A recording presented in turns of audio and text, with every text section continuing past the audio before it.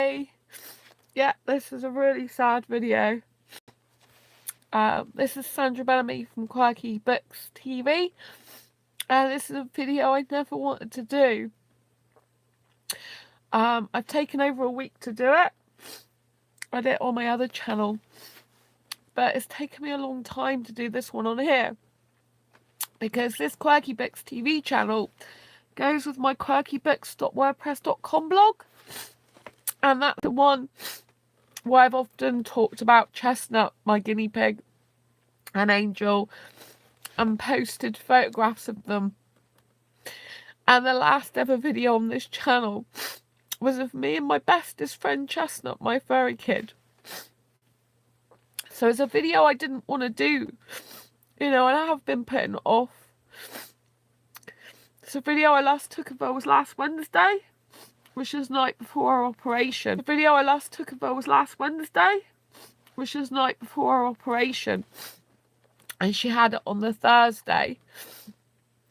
And on my other channel, I was crying on Thursday night and I was grieving. And one of the best things to do with grieving is to just cry, is to not bottle your emotions up, but just to let them flow out of you. So last week I cried Thursday night to pretty much Thursday about 7 in the morning, like for 12 hours. Well, the best part of 12 hours I was literally in tears for. So what's so difficult is, obviously you saw on this channel, and I said make every moment count, because you never ever know what's going to happen. In that video I was talking with Chestnut with me, and I hope you make every moment count. Every single day of your life, I want you to ask yourself, did I make that moment count? And I think what's really difficult in life is that you have to get on with things you don't necessarily want to do. You might be in a what I call a day job that you don't like. You might have to deal with people in your life that aren't always nice. And there's no running away from that. We have to deal with that. Whether ever there's light, there is dark. Wherever there's happiness, there's sadness. Wherever there's peace, there's violence. Black and white go together, and as well as being opposite, And I usually believe everything happens for a reason. I have to keep believing that. But I'm so sorry that my baby girl is gone. So last Thursday, both Chestnut and Angel went in for an operation to have ovarian cysts removed. And on guinea pigs, that's obviously a very delicate operation. The head vet who usually does our operations has been really, really sick. So he's been seeing doctors at hospital, and he's not been there very much. And this guy who's new to the practice, who'd been there a couple of months, was going to do the operation. He noticed they both had ovarian cysts, and he told me there's just an 80% chance of survival, which the head vet has never said that before, so I knew that wasn't a very good thing. But obviously the head vet might not be there forever and a day, so I've got to have confidence that other vets can handle that type of thing. Now, with small animals, Chestnut was my guinea pig, and so's Angel, my other guinea pig. With small animals, it can be very difficult, because obviously they're so small. You've got to give them the right anaesthetic. You've got to be very careful where you operate. But the majority of time, my guinea pigs have pulled through the operation. Chestnut had an operation this year, back in July, which is, I think, July, August, September, October, November, like 4 months ago, to have a lump removed off her back, and that went really well. She recovered from the anaesthetic very quickly, and that was really good. But this particular time, I got told they'd be going in later, and they moved the day from one day to the next day, from the Wednesday to the Thursday, which I'm glad I had her for at least one more day, one more evening, because he wanted the head vet there. Now, I thought the head vet was going to do it, but he didn't. He supervised. So anyway, they both went in for surgery, but it was almost like Chestnut knew something was wrong, because it's weird. The night before, her teeth were chattering. Now, she had lost weight and she was losing weight, and that's what I was told that the operation's needed for, because Chestnut was losing weight due to ovarian cysts, so she had to have an operation. But she was lively, as you saw in the last video. You know, you can play that back again. She was lively, her eyes were bright, her coat was shiny. So I guess she had a little tiny bit of white discharge now and again on her eyes, but she's always had a problem a little bit with her eyes anyway. She got drops, had drops of them. So, but I just don't think the drops were put in for a little while, because in the main she's been fine. And so you know, her eyes, if you look at them, they were bright, and her coat was shiny, and she was lively, but she was teeth chattering, which is a very weird thing. Like, she normally teeth chatters when she wants the toilet, so I thought that might be why. But yeah, a few months ago, she was shaking in my hands as well, which I didn't understand why she's never shook, but I thought maybe it's because she'd not seen me a while, because she was living with my parents, because I couldn't inject Angel, so Angel's diabetic. So they had to live with my parents, go live with my parents, because Chestnut was her companion. And so anyway, they went in for this operation. Chestnut went in for the operation, and Angel went in for operation. And I got told they'd be done later, so I think it was going to be after 1 o'clock. Well, later anyway. And 5:30, I still hadn't heard anything, how they were getting on, so I phoned, and she's like, oh, the receptionist was like, Angel's had her operation. She took an hour to recover, but she's doing fine. And Chestnut's just in for her operation now. He said that she was late going in. He said, oh, she said, actually, I think they've both, he's just finished with both of them. And then she said, oh, yeah, I think he finished with Chestnut about 10 minutes ago. So anyway, when we got there, me, my mum and dad, they were still in recovery, and yeah, I got told that one of them's still in recovery, or they're still in recovery anyway, because I said that, so they're still in recovery. And then yeah, and then later on, me and my mum and dad must have been there over an hour, and I'm like, well, you know, who's got the problem and who's having problems with recovery? And then the receptionist said Chestnut, and my heart sank. You know, Chestnut I've known for, you know, she's 4.5, and I've known her living with me for nearly 4 years. You know, most of her life. It was about 5 days before her 4th birthday when she had to go and move with my parents, because she needed to live with Angel, and Angel's diabetic, so she had to go and be with my parents to be injected twice a day. So it's been really tough, that. And I didn't want to ever have Angel not, you know, and Chestnut not here. And particularly Chestnut and me have been friends for like a long time. Angel wasn't even 2 when she went blind. You know, she's 2 now. So I've been with Chestnut nearly 4 years of life. And you see that birthday banner at the back, the birthday princess. She had the other banner to that as 3 in the bag, and she had 1 and I had 2, because we're like her birthday was the day before mine. So kind of like shared a birthday. And you know, it's been really hard. Anyway, to cut a long story very short, the vet came out, and I knew it was Chestnut having a problem with recovery. Then the vet came out, said, oh, can I speak to you in the consultation room? My mum came in with me. I just looked at him, I saw the tears in his eyes. The vet, I just said, Chestnut's dead, isn't she? And he said, yeah, Chestnut's dead. How do you know? And I said, the receptionist said, I asked the receptionist who was having problems with recovery, and she said Chestnut. So I guess it was Chestnut. I could see by your eyes that she died. She looked really upset. You know, the vet did look upset, which I was glad he was upset, because at least it shows compassion. But obviously I got a bit hysterical later on, because I had to make the decision for her to go in and have that operation. And she might still be here and alive if I hadn't made that decision, you know. So, you know, it's almost like she knew, because when she was in the reception area before she went in for the operation, when I had to say goodbye, she had like this panic attack, and her heart was beating really fast, and her sides were moving really fast. And I did take them both out there and give them a cuddle. I gave her some kisses, and I said, whatever happens, I'll always love you, Chestnut. And I said that to Angel as well. So, and anyway, when the vet said that she's dead, he told us what happened.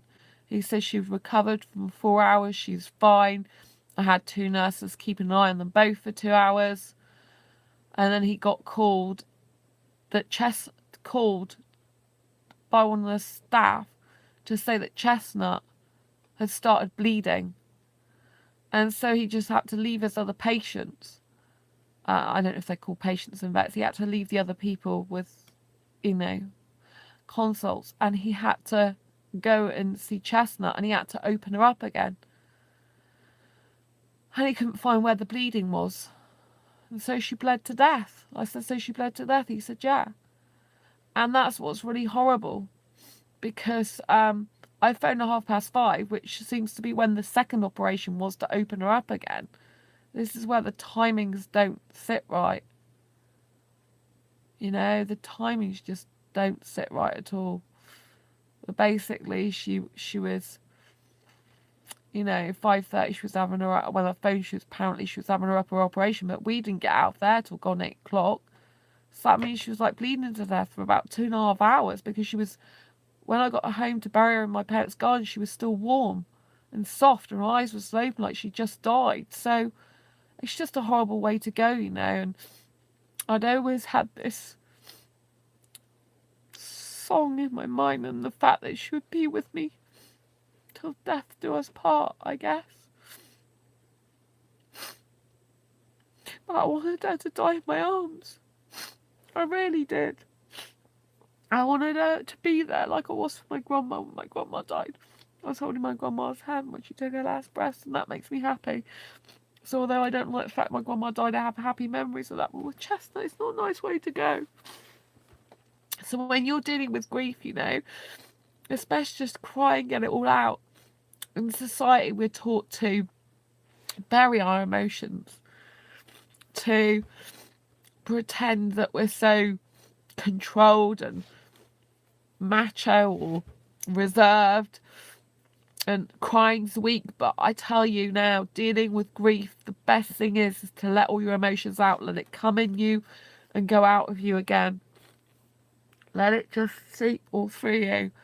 And I didn't think I'd be crying like this again, really, because over a week's passed. But I had an asexual meetup. If you don't know already, I am asexual. It's a sexual orientation. It's a lack of sexual attraction. I hold asexual meetups in my city of Exeter in the UK. And I had friends with me the day after she died, and the last asexual friend didn't go back to the Tuesday morning, and it was all, good with them. I was less sad because I was around them. I was having happy times with them. It was great to see them. It's great to distract my mind. I did talk a little bit about Chestnut, had a little bit of a teary moment. But the majority of the time, because I spent nearly 12 hours crying, I got most of my cry out, But I didn't want to do this video on this channel because this is a channel that goes with my Quirky Books blog, which, is got my guinea pigs on it. And it's really hard for me to do this video. I didn't want to do it, and I kept putting off because I thought I'm bound to cry again. Because it's like reliving it, But I wanted to let you know from my last video that you must make every moment count. And whatever happens, if you get any pets that go in for operational people, just remember to kiss them and tell them you love them no matter what happens.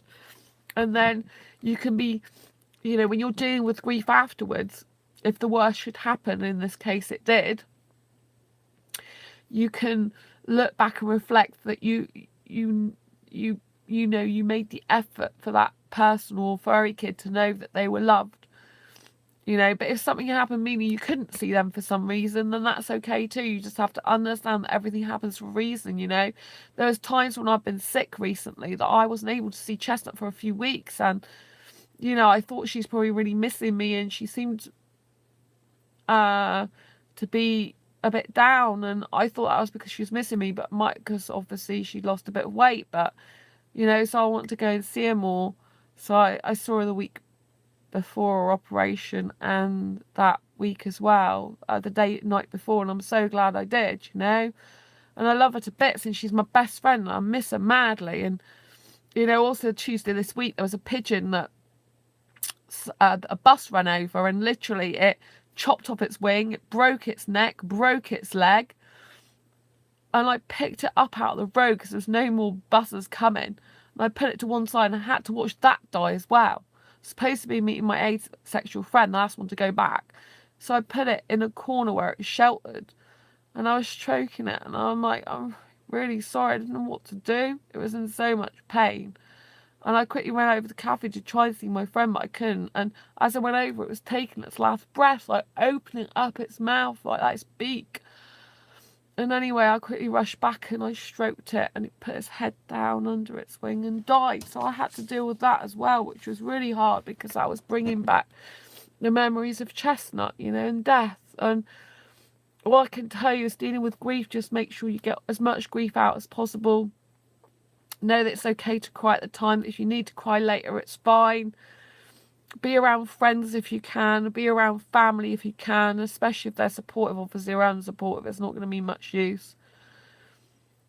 You know, make sure you go about your daily life. I mean, that's what's so weird about death, isn't it? That once it's done, you've still got to go on with your life, and you've got to remember the happy times and all the joy you had together. So, you know, my top tips for dealing with grief is get all your emotions out.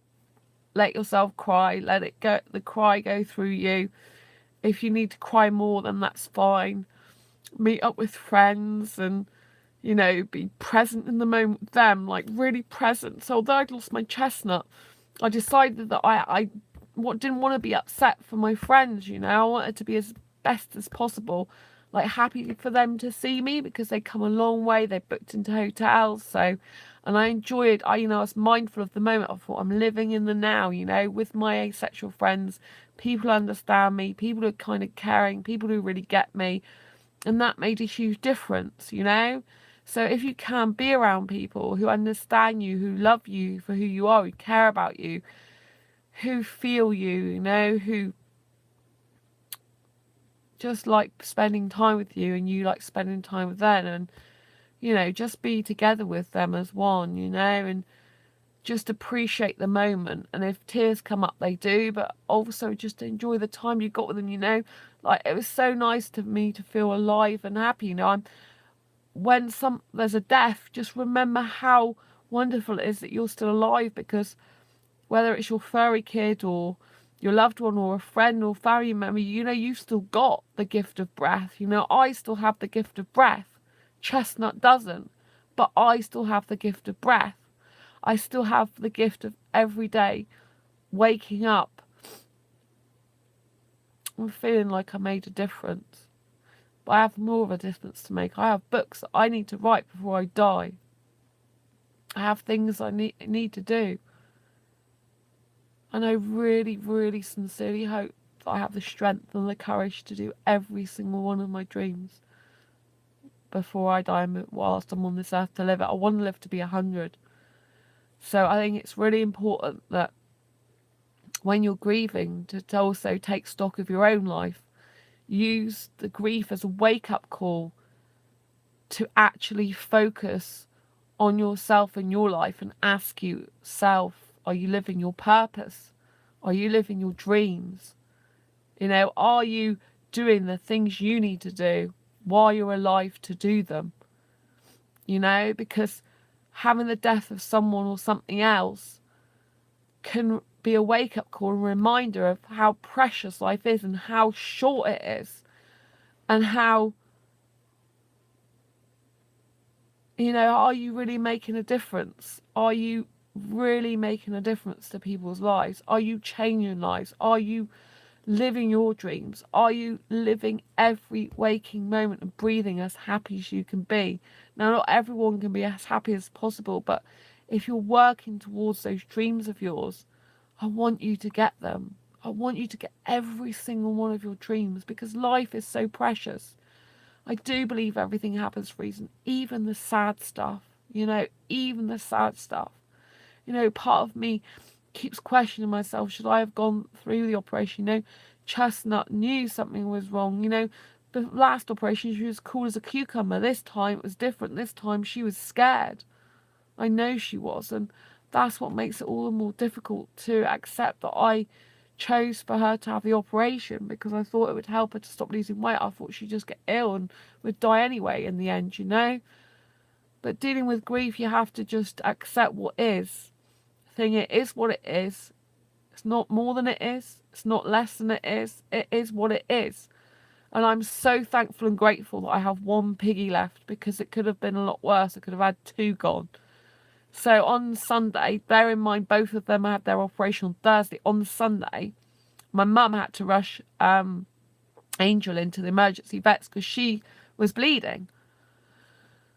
And so as she was going to the vets, luckily she stopped bleeding, and it's possible it could have been blood in her urine. Even so, that's internal bleed. It's not good when it's like Sunday. The operation was Thursday, but they did an ultrasound. There was no pockets of blood in her tummy, and her blood glucose was really low, so I had to give her a shot of glucose, and she had to come off her insulin. So she's temporarily off her insulin because operations can interfere with their diabetes, but they can lower the blood sugar. So anyway, she's temporarily off her insulin. She's got to have another checkup this Tuesday. But now she's doing really well. She's eating properly again, drinking, running around her cage, my mum reported today. And, you know, she's all her the majority of her stitches have come out. All of the top ones out. There's a few at the bottom still. So she's healing really well. And I'm grateful and thankful that I have one piggy left, you know. She's blind, she's diabetic, but she came through, you know. And the vets were more worried about her with all her health issues than Chestnut, because Chestnut was fine in her last operation. So I'm really sorry that Chestnut's gone. She's the love of my life. She's my best friend. And, you know, before I watched this live stream, before I did this live stream, before I talked to you, I actually Googled Chestnut is dead, and it came up with another guinea pig called Chestnut, who was a male who died in May 2008. And I was reading that story. It was quite horrific, but that guinea pig had been in pain long before it died, whereas Chestnut wasn't in pain, you know. As far as I know, she was happy, quite healthy guinea pig, apart from the weight loss, you know. And she was sitting under the drinking pot quite a bit, which is a sign that she's not very well. Angel sits under a drinking pot, and she does that because she actually enjoys sitting under a drinking pot. But when Chestnut used to do it, it was a sign she was unwell, which is, you know, why I thought it'd be good to have the operation. But, you know, so I miss Chestnut, and I think it's really good to not only cry, but to acknowledge your pain and to acknowledge your grief and to acknowledge what really happened. The worst thing you can possibly do is bottle your grief up, is to bottle all your emotions up and pretend like it didn't happen. It's better to face what happened. It's better to live through it and let all the hurt and pain come out of your body, you know. And talking about this again, when I talked about it on my other channel last Thursday, shortly, you know, like after it happened, it's just like, wow, it was quite long. I don't know how many hours it was afterwards. I think it was the same night. It was horrendous anyway, you know. And it's like a bit like reliving it again. But I wanted to tell you, because this is a channel I've had the longest, you know, and I want you to know that you can deal with grief, whatever you're going through. It's tough, but you'll get through it. And I just want to put a stop to all this societal pressure to not show your emotions, and that emotions are weak, because they're really not. The only people that believe in showing your emotions are weak are the people that are very weak themselves. They're ones who speak from their ego. They're ones who live in this controlled environment because they think that's the best way to be, when really it's truly not. And they can't really truly be their authentic self from the bottom of their heart, because they put up walls, they put up barriers, they can shut people out, they can seem cold and distant at times. And I would rather, so much rather, be emotional and grieve and have compassion and empathy and sympathy for life and for people, than to ever be a person who just withdraws and holds their emotions in all the time. You know, I've been brought up by one of my family members to be controlled and not show emotion. But I wouldn't ever be like that person, because as much as I love that family member, I don't think it's good to be like that. I'm proudly emotional. I care about people. I love people. I want people to be happy. I want life to be happy. I want pets to be happy. I want furry kids to be happy. I care. I can't help but care. It's ingrained in who I am, you know? If I hear an ambulance go by, I'm like, my heart nearly skips a beat. It's like, who's in trouble? I hope they're all right. It's a huge part of who I am, you know? And I won't go against who I am as a person. And that's it. We're all different in life, you know? And you have to know that it's okay. It's okay to live. It's okay to love. And it's okay to mourn and grieve. And, you know, sometimes we're not even grieving for a death. We're grieving for the loss of a relationship that feels like death, you know, when really it isn't. And the thing is when you lose someone in a relationship, it can really hurt and cut like a knife, and it can feel like they're dead, especially if you have to not have anything to do with them anymore for whatever reason. It can be really tough. So dealing with grief isn't just physical death.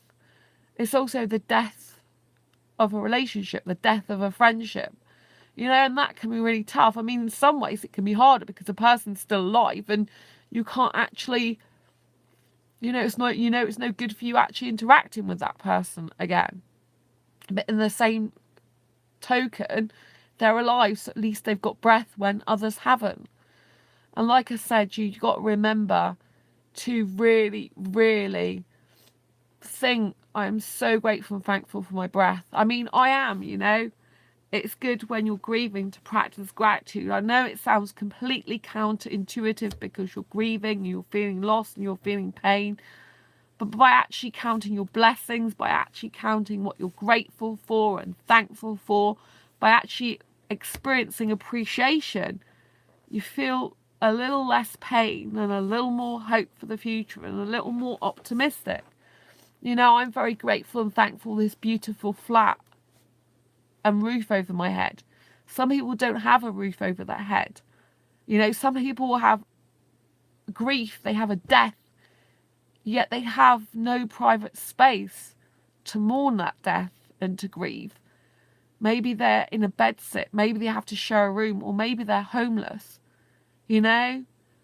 And I'm not in that position. My position is far better in the sense that I have a roof over my head. I have food in my belly. I have a fridge. I've been shopping tonight. I have a fridge with food in it. I have beautiful friends. I have a loving mum and dad who looked after Chestnut very well, and my angel's still with them. You know, I have one guinea pig. I could have lost both of them. Both had the same operation, so I'm thankful and grateful. At least I've got one of them. It makes me question where I should have any more guinea pigs ever again, though, because the majority of my guinea pigs have either died young or had major operations, you know. And at the moment, you know, I think Angel's what I'll be sticking with, because Angel's over my parents now anyway, which is why I have empty cages, you know. I have empty cages in case any of them ever come back. But with Chestnut, you know, she's not going to come back again. I had her over mine for 10 days while she recovered from her other operation back in July, and she did so well with that, apart from she wasn't eating and drinking afterwards for a long period of time. As soon as she went back in with Angel, she was happy again. And Angel's doing well, even though Chestnut's not around, apart from the other day when she heard me mention Chestnut's name, she went round scatterly around the cage like looking for where Chestnut was. So when I'm over my mum's, a lot of the time I have to refer to Chestnut as C now rather than the whole name, so she doesn't like get too upset. But in general, I think she just thinks she's gone on vacation here. I don't know what she thinks. But because she's blind, I guess she isn't looking for her, because she can usually sniff her. And, you know, in a way, I think it'd be nice if she had another guinea pig, because I think it'd be good for her in some ways. But by the same token, you know, I'm not really in a financial position to do that at the moment. It's not just my decision anymore. It's my parents. And my mum's at home all the time anyway. So Angel's got company the majority of the day anyway, because my mum gets up at 7 every day. My dad doesn't go to sleep till 3 in the morning, so she's only on her own for about 4 hours. But she used to live in the cages, you know, in my room. So I'm going to keep the cages for now, because I mean, she might come off her insulin forever, but it's doubtful. The vet says it's going to be temporary, you know, because already her blood sugar's going up again, and she might have to go back on just 1 dose, or it might go back to 2 doses, or she might, he said it could be months or a whole year when she comes off it, but she'll still no doubt have to go on it. So it's very tough. I love her to bits, and I'm glad I've got her. Like, the night before she went in for her op, she was laid in my arms, and she was like, oh, totally chilled out. So, but Chestnut was more agitated, which is why it makes me think, does she know something was going to happen to her? So the blog, you know, basically I read before this was about another guinea pig called Chestnut who died in 2008. And it was weird because in that blog, the guy was saying they didn't know if their guinea pig had have a premonition that they were going to die or something, because when they got to the vets, they really sort of completely changed behaviour as well. And then they died at the vets before they saw the vets in that case, in the case of the blog with the guinea pig called Chestnut, who was a male, not female. My guinea pig was female in 2008. So it was like, kind of like, I thought, you know, did Chestnut know something when she was like tea chattering the night before, and when she was you know, and when she was like having a panic attack. As soon as my mum looked, though, she was not doing that. My mum looked in the box and she was just eating hay like nothing had happened. It was only me that saw that. So it's me, but you know, we were best friends, so I guess she could show me that. But I wish I still had her here. She used to love doing this little thing under my chin. So it's quite difficult. But I want you to know, if you need to cry, let it out. If you're around friends and you cry, that's okay. I just want you to know that emotion is a sign of strength, not weakness, because it's the people who can't show their emotions and be vulnerable to the outside world. That's actually a weakness, because it means they can't open up their heart fully to the world, planet and universe, and the people in it. You know, and I'm not going to say life's going to be easier for an emotional person. It's not. It's really, really tough. But I would rather be me and emotional than be any fake person or person who just doesn't feel and have compassion and empathy. You know, so appreciate who you are. You know, when you're grieving, take time out for you as well, because, you know, like I said, I was around my asexual friends for 5 days, and I'd love to be around, 4 days in the morning. Well, the first day was like half a day, so it's kind of like 4 whole days really, you know, and basically, you know, it was wonderful, and I really wished I could be around them again, because it helped me loads. It gave me a lot of strength, and, you know, it does give you more courage in a way, because you're kind of keeping it together for them. So, you know, it's okay as well to, like, kind of when I was with my friends, I wasn't so much controlling it. I was just trying not to think about it, but I had let a lot of the emotions out as well beforehand. So with grief, you have to give yourself time to grieve and let emotions come out. And sometimes they may be up and down, off and on. But you've also got to come, you know, like say you were crying non-stop for days on end, that is not healthy. So you have to also, when I say you don't need to control your emotions, let them out. You must let them out, because pain and grief are better out than in. Because, you know, if pain and grief, you know, grief makes pain. And if pain stays in your body, it just makes pain in your body, if you know understand what I mean. So that's why you have to let it out. But at the same token, you don't want to be dwelling on this stuff all the time for it to continually make you grieve and be upset, because obviously being in a state of upset all the time, even though you're letting it out, is still not healthy either. So you know, you have to go for a period of that time, and then, but some people take a lot longer than others. You know, I have one of my best friends, and I knew her since primary school, and her boyfriend died under not very great circumstances, and it took her over a year to even get over that, you know. And so it can take people, you know, she was very sad and upset for quite a long time, you know. I went over to see her and she was still upset, you know, towards a year later. But it's okay, however long it takes you, you know. And when I had my asexual friends, I wasn't really thinking so much. I was living in the moment. You know what I just said about living in the moment? One of the things you have to realise is that you're still alive.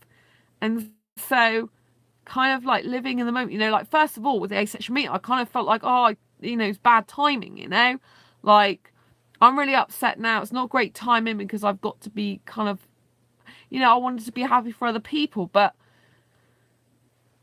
like I said, like on the one hand, I'm saying not to, it might be confusing because on one hand, I'm saying not to control your emotions and pent them all up. But the other hand, I'm saying, like when you see other people to have a certain amount of sort of control, but it wasn't control for me as much. It was just focusing on the present moment.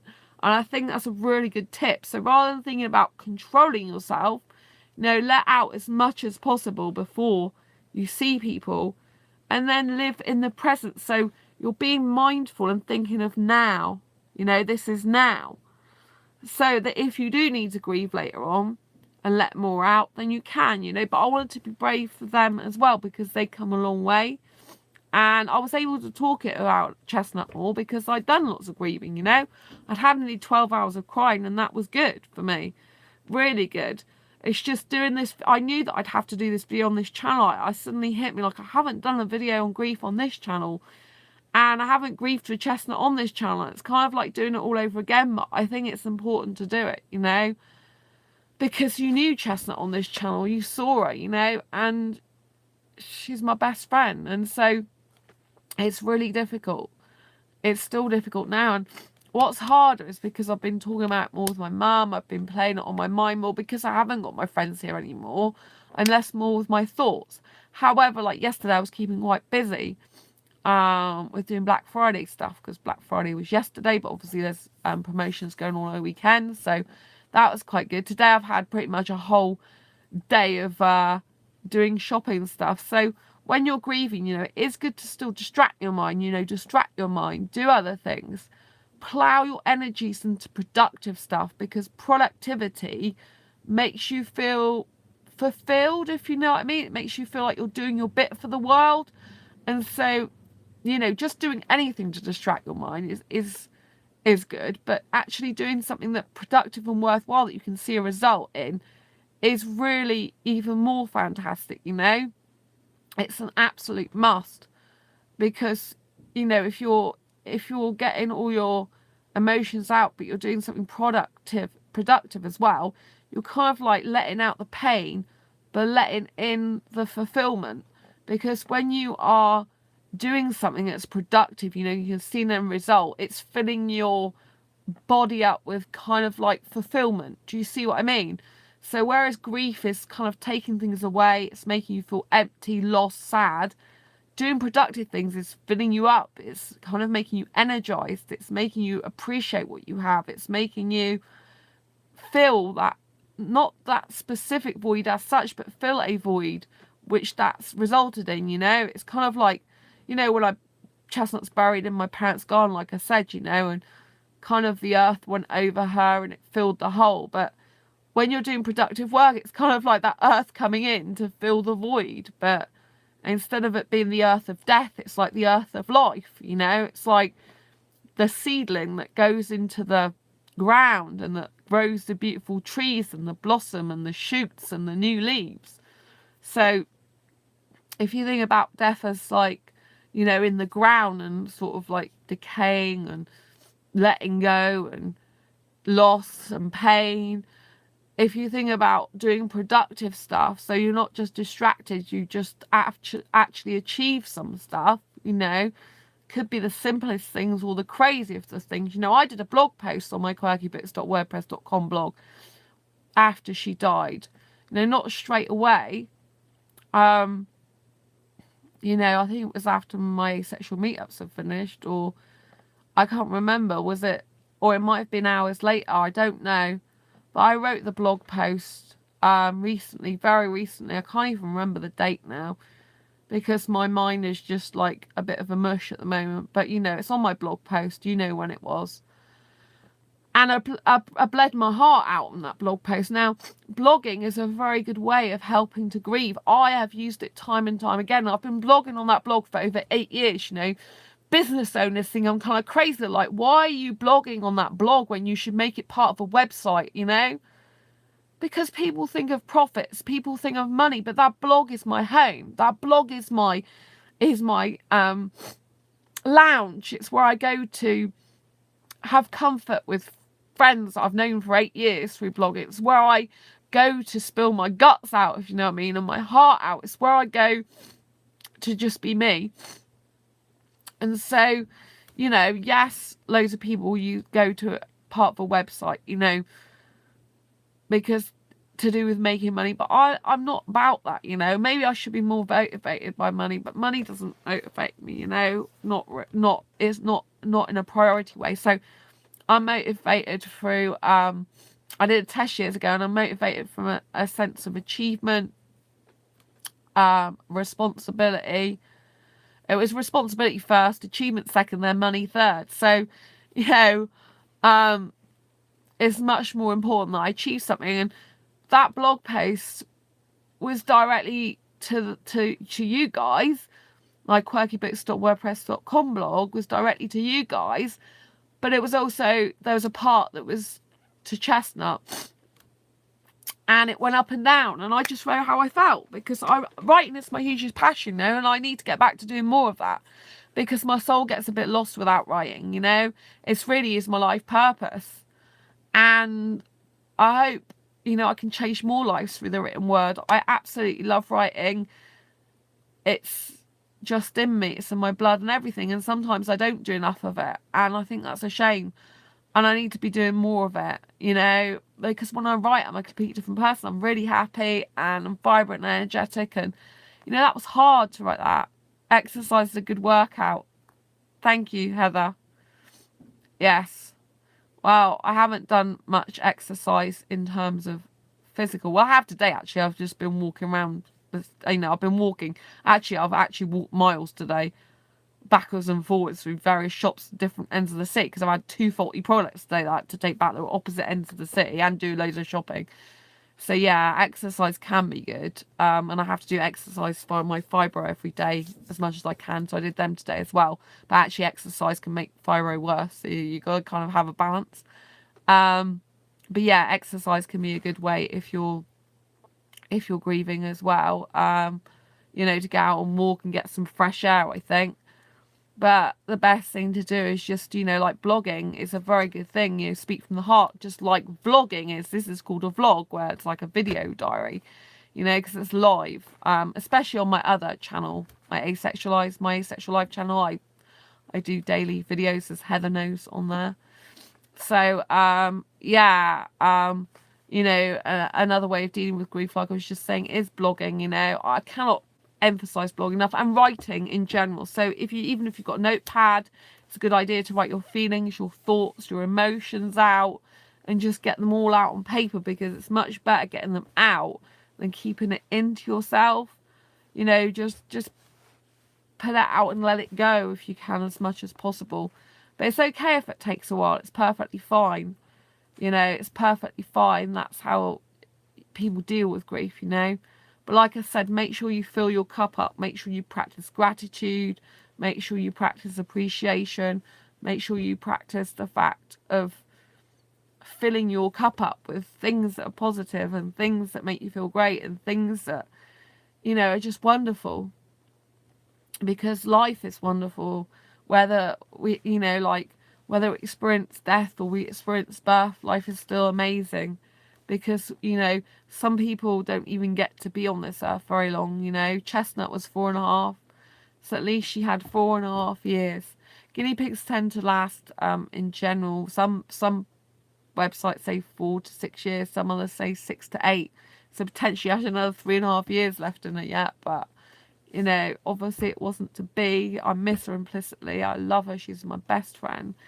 So, and I think, you know, it can be hard to let her go, but I think she'll always be in my heart. And that's what you got to remember, you know, is that personal pet or furry kid or loved one gone forever?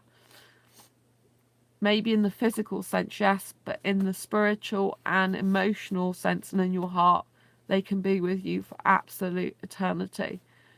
And you've got to take that as the blessing it is, and be very thankful and grateful for the life you did have with them, and for the fact you were able to bless their heart and they were able to bless yours. You know, it is difficult for me because I do miss her.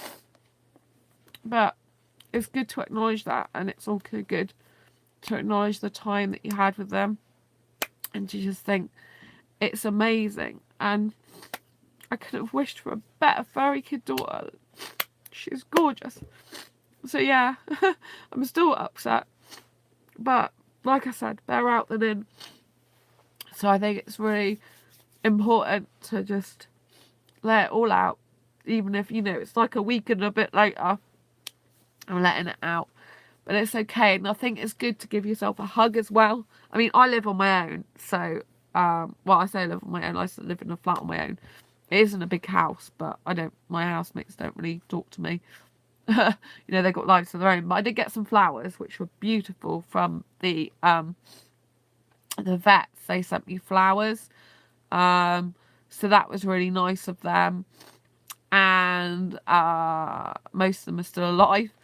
And yeah, so that was really beautiful of them. One of my housemates did put them in fresh water for me and text me because they wondered where I was, and I was at an Asexual meetup.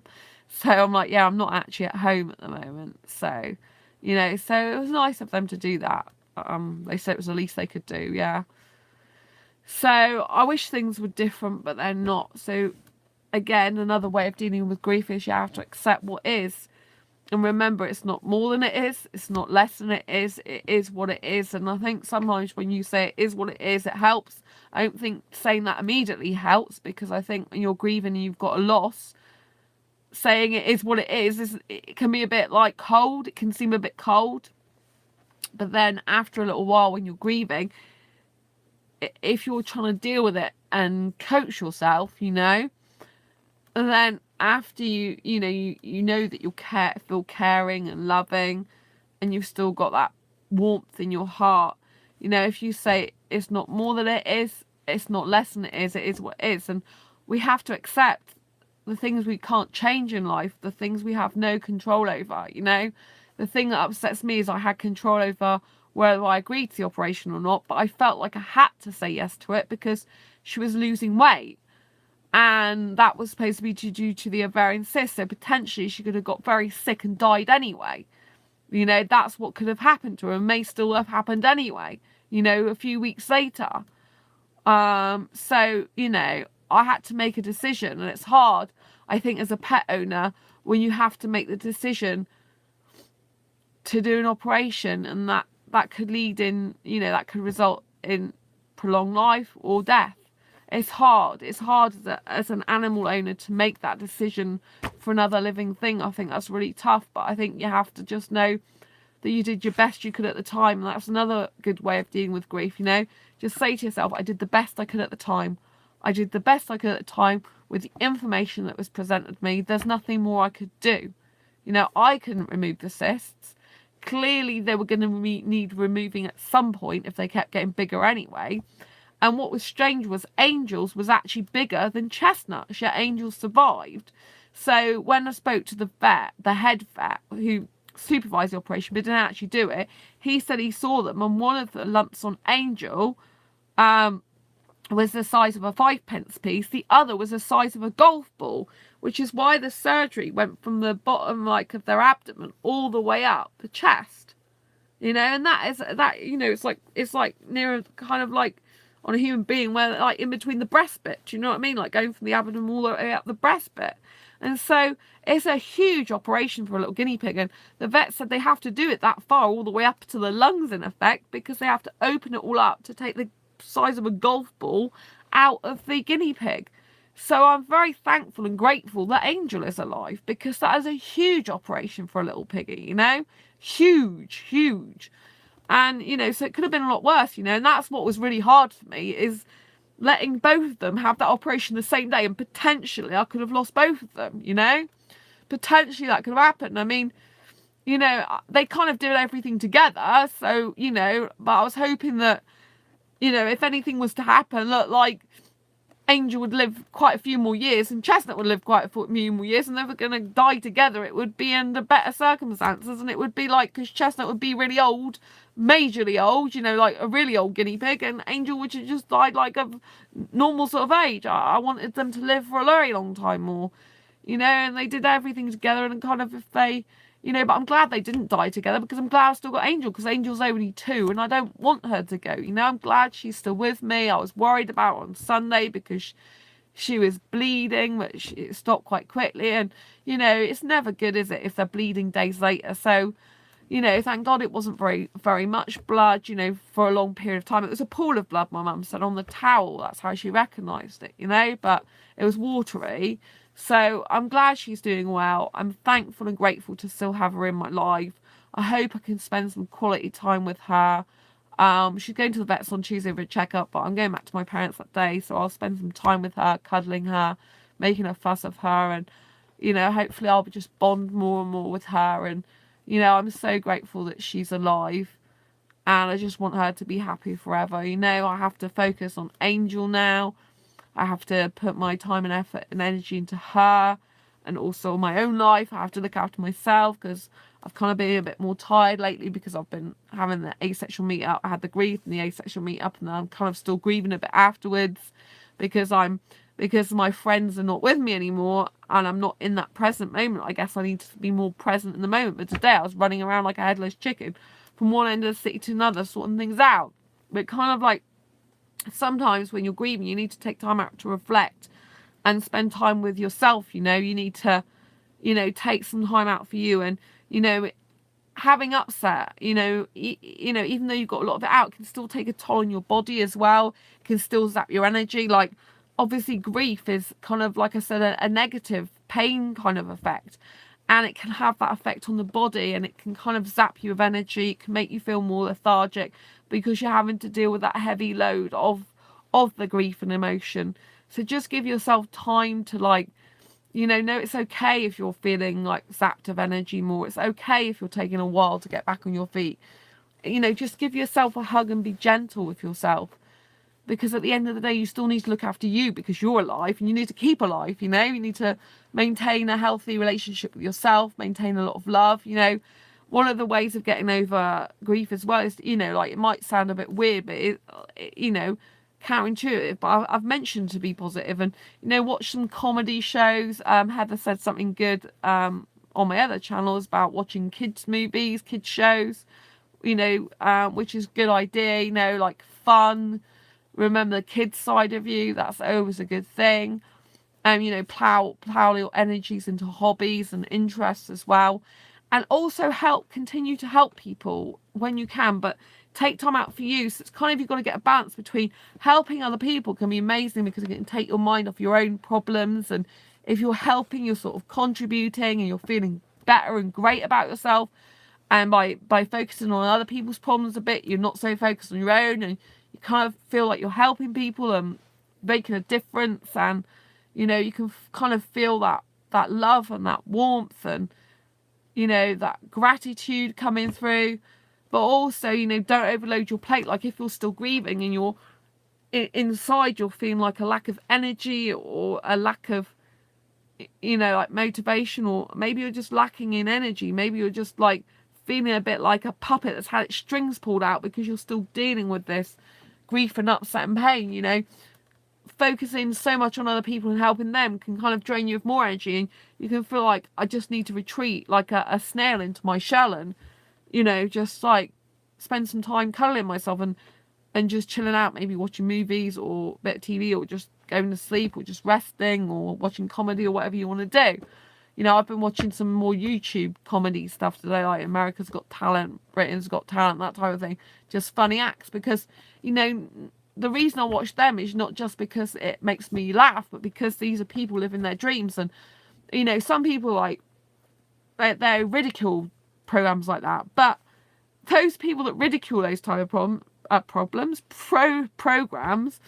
are the ones that actually aren't really doing much for their life. They're living behind a computer screen, and they're scared rigid of doing anything outside what society expects of them, because they can't deal with it if society doesn't accept them. Well, you know, I'm different to that. I want to be more different. I want to be more bolder. I want to be more brave. I want to take the pain of grief with Chestnut, and I want to use it to energize myself. That's another thing you can do if you're grieving. You can use all that sort of pain and agony to, like, energize yourself. Like, right, I'm here on this planet time's ticking away. I need to do this before I die. You know, I need, you know, it can put things into perspective. Like, I want this, I want that. This is what I'm going to do to succeed. Well, I'm still here to succeed. And you can kind of use all that energy that's kind of like, you know, like pain and grief. You can use it in a positive way to give you momentum and energy and momentum to do more with your life. You know,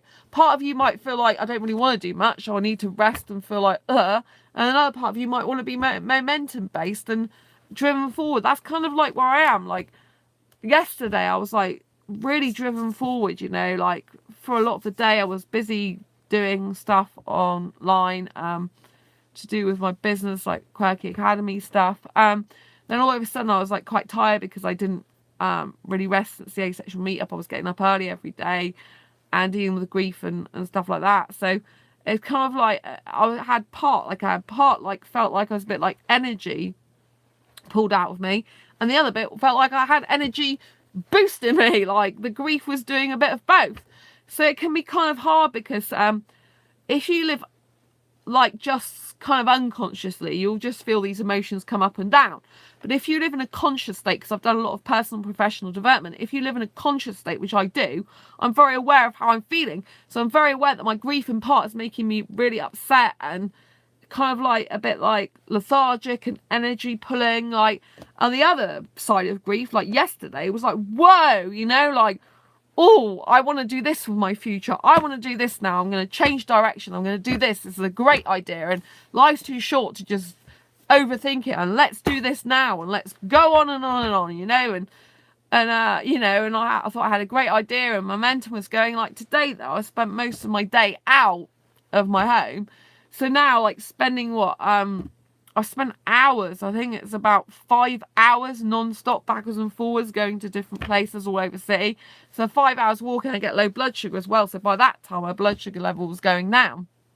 So it's very important when you're grieving and stuff, like I said, to maintain your health as much as possible, your physicality. So make sure you're eating, because sometimes you might feel like you don't want to eat, or sometimes you might forget to eat, or sometimes things might get in the way and you just like, you know, so make sure you eat like things like bananas. I mean, I don't usually have bananas, but I got some today to boost my energy levels, to boost my sugar. I can't have refined sugars, only natural sugars. And I had the orange juice for vitamin C. I've got some cranberries that I can eat. And that type of food can really like boost you up. And I got some, I haven't ate it today, but I've got some fish omega-3s. Omega-3s are very good. For pain reduction as well. Like I got fibro, so I need to start having that for pain reduction. And actually I've found that, you know, like omega-3s and fish oils, they're very good at reducing a lot of the pain in multiple parts of the body. So, you know, make sure you take supplements if you need supplements. You know, really look after yourself and get yourself back on track. You know, you might find you're up and down for a while, but it's okay. And I think what you've got to keep saying to yourself, it is what it is. There's nothing you can do about it. It is what it is. It's happened. This happened, life's still living, things have happened, there's nothing you can do with it. And you've got to just think, there's nothing I can do about it. That's it. Nothing I can do about it. I have to live in the moment now, be happy and grateful, thankful for everything I have, feel amazing that this is life and I'm living it when people are not even here anymore. And just think everything happens for a reason, even though we don't know why. And even though it can suck and feel disgusting and horrible and painful, you know, we have to think that everything happens for a reason in our life. And that gives us hope that, you know, things are as they're meant to be. Whether they're bad or good, things are as they're meant to be. It's meant to be at this time how it is. And that way you can kind of like live in the moment more. You can think, well, you know, I mean, I've got so much to be grateful and thankful for. If I'm kind of like living in the past or grieving all the time, it's not going to be good for me. So I need to keep moving forward with my life. And it kind of like grief as well can make you reflect on your life, like I've kind of said anyway. But you need to take this time of grief to reflect on not just what's happened with the other person or the other furry kid or friend, whoever's passed away or whoever you've lost in terms of relationship, friendship. But it's also, you know, you've got to take stock of your own life. Sometimes it can be a wake-up call to say, hey, this has happened, but what's happening in your life? You know, where are you headed? Where are you going in your life? What are you doing? You know, because tomorrow you might not be here. Like it's kind of a wake-up call, you know. It's a little bit like a alarm that goes off in the morning, ding dong ding ding ding, and it's like, whoa, what am I doing? Am I doing all the things I'm meant to be doing in my life? Am I living my dreams? It's hard when you're trying to live your dreams, though, because there's kind of practical things that get in the way. That means you might have to do rubbish stuff that you don't want to do to get the dream you want. But that is okay, I think, because, you know, we have to do that in life, don't we? And I think it's all about being resilient, and it's all about putting your best foot forward as much as you can. It's all about accepting what is and appreciating what is right now in your life. And just think that life is wonderful, life is beautiful, life is amazing, life is precious. And, you know, at least I had the gift of knowing Chestnut for 4.5 years. It's sad that she couldn't live with me anymore because I can inject Chestnut, and that does, you know, that does get to me, the fact I can't inject Chestnut because she's diabetic. It does upset me, you know, but I've tried to be brave enough even to put the insulin and the syringe over at my parents, and even that was hard. And then my dad's like, oh, you can inject her and like do it now, and I just put the needle to her skin, and like I couldn't do it, you know. I'm like, it's too much too soon. Like, even putting an insulin and a needle, well, I got phobia of needles, it's hard for me, but I asked to do that, you know. So at least I feel like I'm a bit way there. But it's just like I can't pierce the skin. I mean, actually I did in the vets when I first attempted it. I put the needle in her skin, but, you know, I just couldn't really do it this time. You know, it was too, you know, telling me to just do it there, and I wasn't expecting to do that. But, you know, it's hard because I've always been able to do everything else for my pigs, but not the injecting of insulin. So I find that really difficult. I wish I could, in a way, get over that, but I don't know if I can. I don't feel I can, but, you know, you can get over anything in life, I believe, but I think it depends on the circumstances, you know. Like, unless she has it done really quickly, it makes her squirm more anyway. So, like, kind of me being hesitant at doing it is not going to help her, you know. Just to try and cure my own phobia is not actually going to be helping her, because she, you know, guinea pigs can pick up on tension. And me being hesitant and knowing that I don't feel confident doing it anyway, I don't want to do it, she'll be able to pick up on that. And actually, that's not healthy for her. So sometimes you've got to ask yourself, when you want to overcome your phobias, though, is there anyone else involved? And if there is it good for the actual person or you know, furry kid involved? Because, you know, if I'm there, you know, like being nervous and that's not helping her. That's just actually hindering her, making the pain worse for her. So that's not a good thing either. So I think in life, when you're, you know, getting through grief and you're getting through situations, you just have to think you'll do the best you can at the time. If you put your hand on your heart and say, did I do the best I could, given the circumstances, given the conditions? And if you can answer yes, which I hope you can, then, you know, just be a little bit gentle on yourself. Give you lots of self-care, lots of self-love and compassion for yourself. It's not always easy, you know, and you have to take care of your own health, because if you're busy thinking about what's gone, then you can't always look after your own health in the present moment. And it's very important to be able to look after your own health in the present moment, as is. So just be kind to yourself, just be gentle to yourself, and remember, I love you, and just love yourself. I'm going to leave the video here. I hope I've given you some good tips on how to deal with grief. I hope you've seen that it's not weakness to show your emotions. It's actually incredible strength and power. And by getting as much grief and emotion out as possible, you allow for good stuff to come in. Focus on the present moment. Remember, it is what it is. There's nothing you can do about it. You have to just be happy with what you've got, what you have right now, and to just feel blessed in this moment of every good thing you got. The friends, families, you know, roof over your head, food in your belly, money in your purse, money in your bank. You know, you might not have all these things, but whatever you have got, you know, there's always someone worse off, you know, someone dying of a illness or disease, someone who's starving, someone who's got no roof over their head. You know, there's always someone worse than you, and you have to just remember that. I know that doesn't help in the sense that you feeling a loss and you're feeling grief, you know, you're kind of like, well, thanks for telling me that, but I'm still feeling this. But it's okay to feel that. It's just good to feel grateful about the things you do have personally, you know, even if you're not, you know, even if you're not sort of wanting to do that, compare your life to others, because maybe that feels like wrong to you, like feels like, why should I be doing that? But you have to think of all the things you've got in your life that some other people don't have, or that maybe you wouldn't, it's possible you couldn't even have, but you have them. And so it's great and it's amazing and it's something to feel good and fantastic about, you know. And I'm grateful and thankful for you watching this now. I know Heather's been watching this channel quite a lot. Thank you, Heather. Bless you. And I want to say thank you to anyone who's tuned in today. Thank you for those who follow me on my quirkybooks.wordpress.blog, especially those like Ralph, for example, who watches this channel also, who has been literally my online blogging friend for 8 years. You know, and Ralph is someone who's married his young sweetheart. I think there's about, how many years is there between you, Ralph? It's about 30 something. Anyway, he's married his young sweetheart. He moved to live with her and they live with their 2 cats. And it's an incredible story. I'm so pleased for him. And I think he is an inspiration to all of us about what is possible. So when things happen that are bad and not so good in life, you can also think about the miracles that happen. Ralph was trying to find love for years through his blog and online, and he did get cheated before. Not very nice, you know. Now he's got a young lady who's his wife, and he gets on well with her dad, who's actually younger than him, and they live in Austria with their 2 cats, and he is really happy, so I couldn't be happier for him.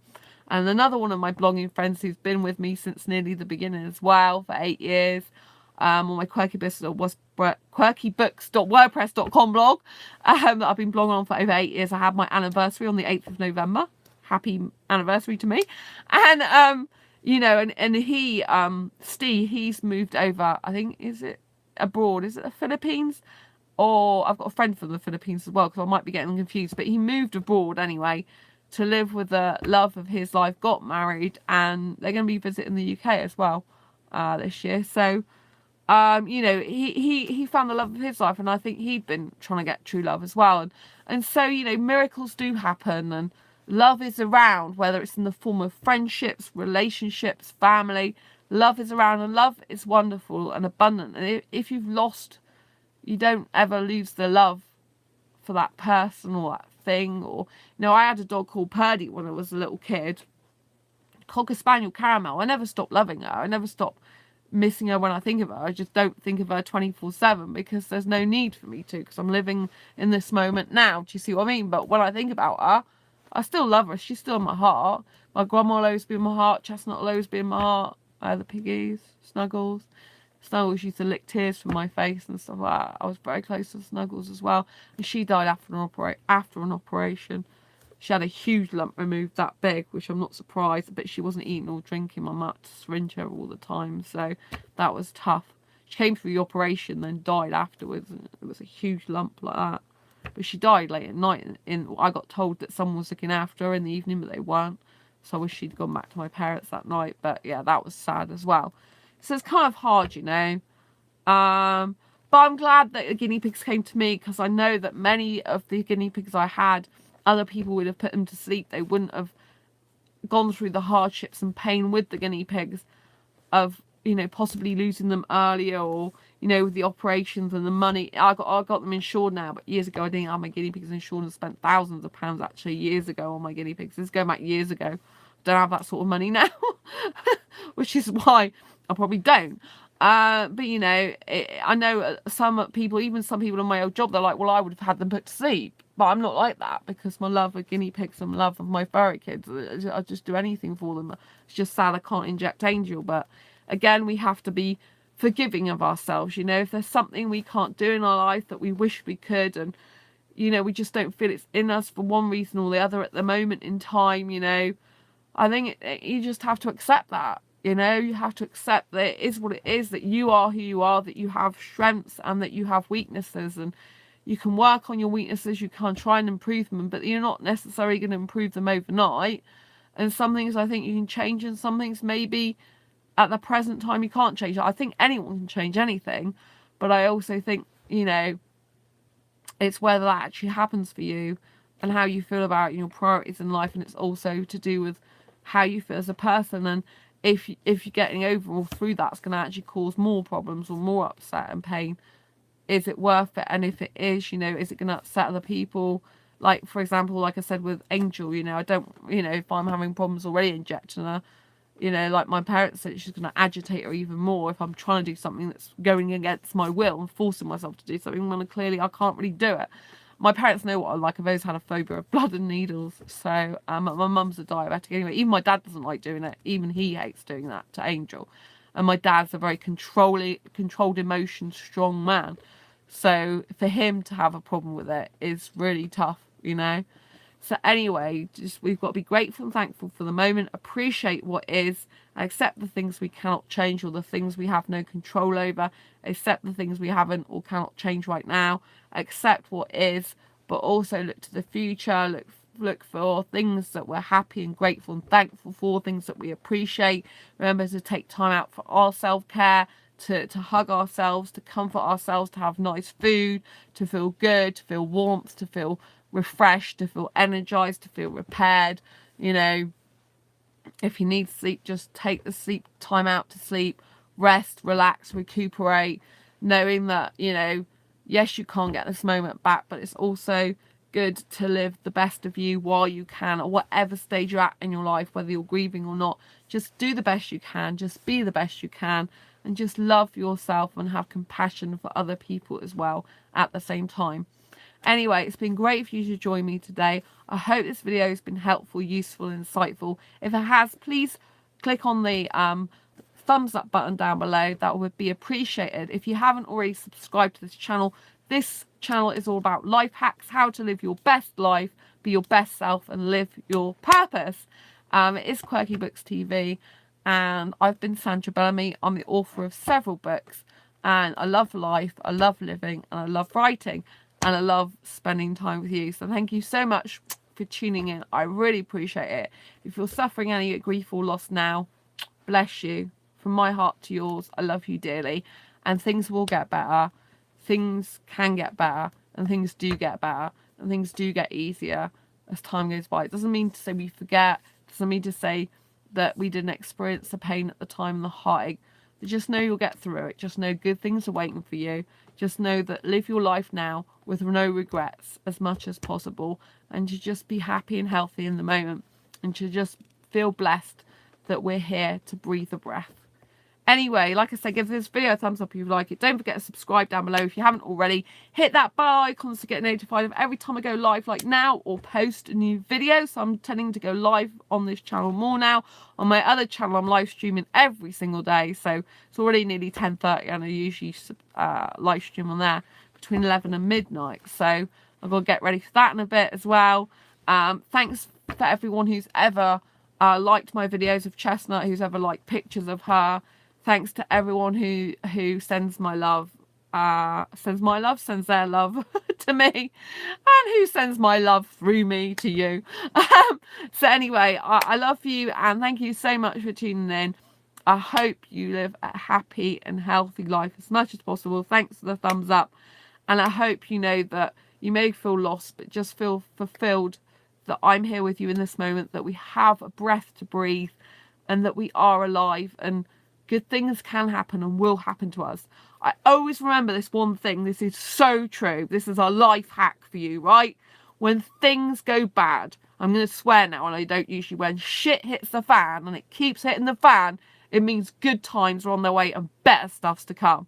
So remember, the more shite you take, excuse my language, the more good things are going to come your way, okay?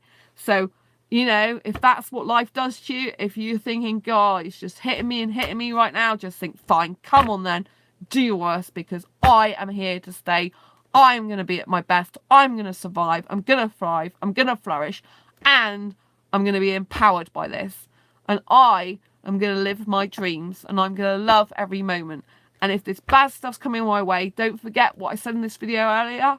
I think I said it in this video earlier, that when there is darkness, there is light. So when there is rubbish come in your life, it means good things are on the way. So, you know, if you have rubbish things, like today I had to take back 240 items, which are the, you know, they're items, they're objects. It doesn't really matter, does it? That's still an annoyance, you know. Guinea pig going is like one of the worst things in the world to me at the moment. But, you know, I'm sure there's other stuff.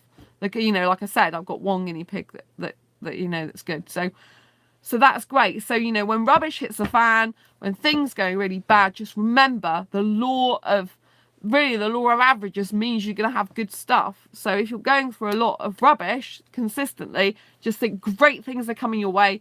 Things are going to be awesome. Things are going to be amazing, because the law of averages means that that's going to happen.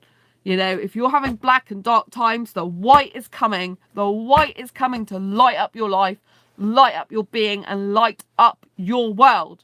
So just think the white is coming. The light is coming, and it's going to be fantastic. And this is going to be amazing. Anyway, till next time, embrace your quirky and each other's. I've been Sandra Bellamy. Thank you so much for being brilliant on this channel. Thanks for watching me. Thanks, Heather. Thanks for everyone else that's watching. Thanks, Ralph, because I know you probably tuned in at some point. And I will look forward to seeing you on the next video. Until next time, have a very quirky week and keep writing, because this channel is based on my writing blog and being quirky, as you know I always am. And so I will see you soon. Take care. Lots of love, and thanks for tuning in. Bye bye. Bye. Oh. Bye.